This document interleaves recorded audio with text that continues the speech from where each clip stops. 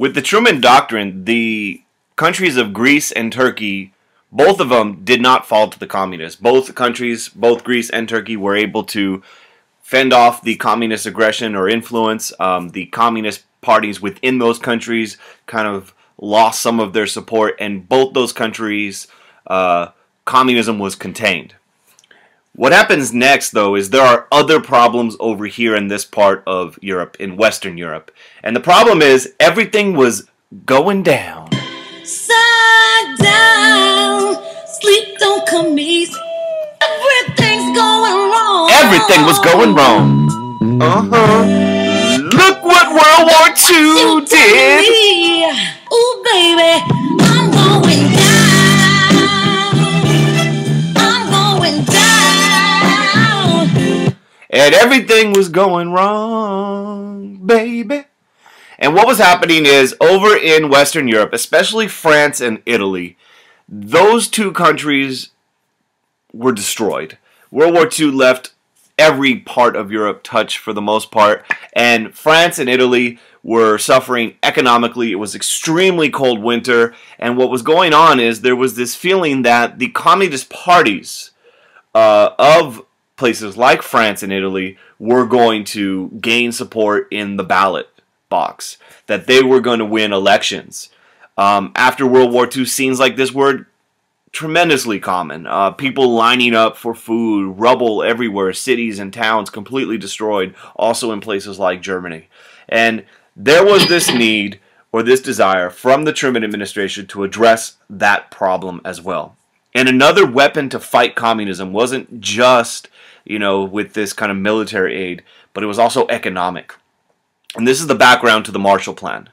And the Marshall Plan is named after the guy who directly kind of calls for this assistance, a military guy by the name of George Marshall. And he basically calls for aid. What I try to tell you, this country, you've got to make the money first. Then when you get the money, you get the power. Then when you get the power, then you get the woman. And the European Recovery Program was designed by Secretary of State George Marshall. And what it does is the United States is going to give economic aid to all of Europe. And they offer it to the Soviet Union and Eastern Europe, but they reject it because they know it comes with strings attached. And $16 billion is given to these nations to help them recover. And the idea is real simple. Truman is going to, his administration is going to give this money, and this money is going to go to help Europe recover. And you got the official symbol right here, the European Recovery, supplied by the United States of America. Front page news, Marshall sees Europe in need of vast new U.S. aid. And what this does, or the intention, or the motive behind it was, let's stop this, what they felt was the spread of communism to Western Europe. If Western Europe doesn't get that money, this communist aggression, this communist bear is going to come and take over, and we can't have this happen, was the feeling. And the impact was huge. Money in the bank, yeah. Shout out what you drink. I got money in the bank, yeah. Shout out what you drink. I got money in the bank, yeah. Shout out what you 17 billion dollars, 16 nations. You could see, the breakdown and who got money and where the majority of the money went to.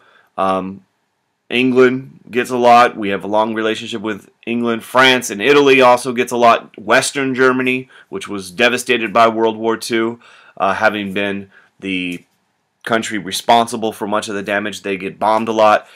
In Western Europe, the economy of all of these different countries rapidly turns around. It's one of the most remarkable things in history, and economic history in particular. Here you have a city, it's hard to see, poor image quality, I know, Stuttgart, which is a city in Germany. A couple years after the war was over, it was basically still pretty destroyed.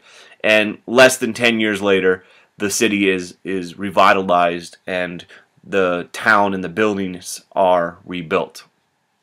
Exact same spot, you could see the growth which had occurred in less than 10 years.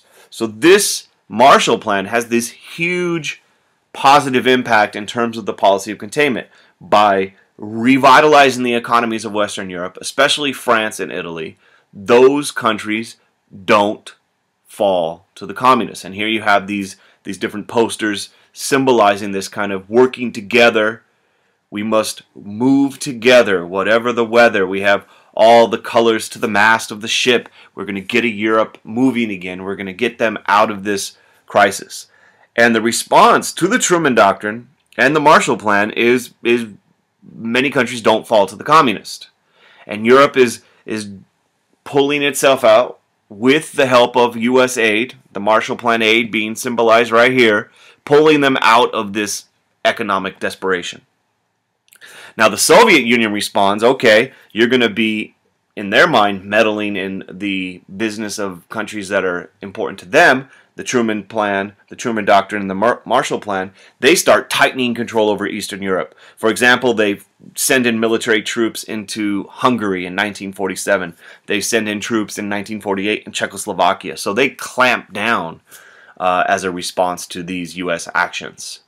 The results of containment, though, for Harry Truman, a guy who takes over the presidency of Franklin Roosevelt, who was elected 4 times, Truman, a guy that not a lot of people knew about, a guy who was kind of ridiculed in many ways. Truman, the containment policies of the early Cold War, All over the place singing, we will rock you. We will rock you. found himself successful, at least in terms of the goals they had set out to do, which was to contain communism. As I mentioned, Truman Doctrine, Greece and Turkey do not fall to the Soviet Union. Marshall Plan, Western Europe is recovering, and communists do not gain much influence in places that were important to U.S. interest in terms of France and Italy.